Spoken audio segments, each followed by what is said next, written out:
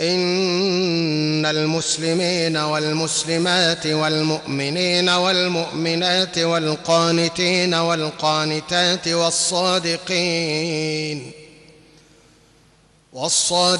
والصادقات والصابرين والصابرات والخاشعين والخاشعات والمتصدقين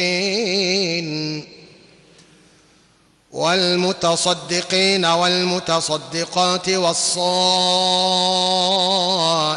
والصائمات والحافظين فروجهم والحافظات والذاكرين الله كثيرا والذاكرات أعد الله لهم مغفرة والذاكرين الله كثيرا والذاكرات أعد الله لهم مغفرة وأجرا عظيما. وما كان لمؤمن ولا مؤمنة إذا قضى الله ورسوله أمرا أن تكون لهم الخيرة من أمرهم ومن يعص الله ورسوله فقد ضل ضلالا مبينا. وإذ تقول للذي أنعم الله عليه وأنعمت عليه أمسك عليك زوجك واتق الله وتخفي في نفسك ما الله مبديه وتخشى الناس والله أحق أن تخشاه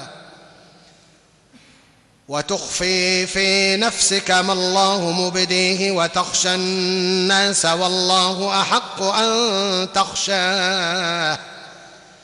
فلما قضى زيد منها وطرا زوجناكها لكي لا يكون على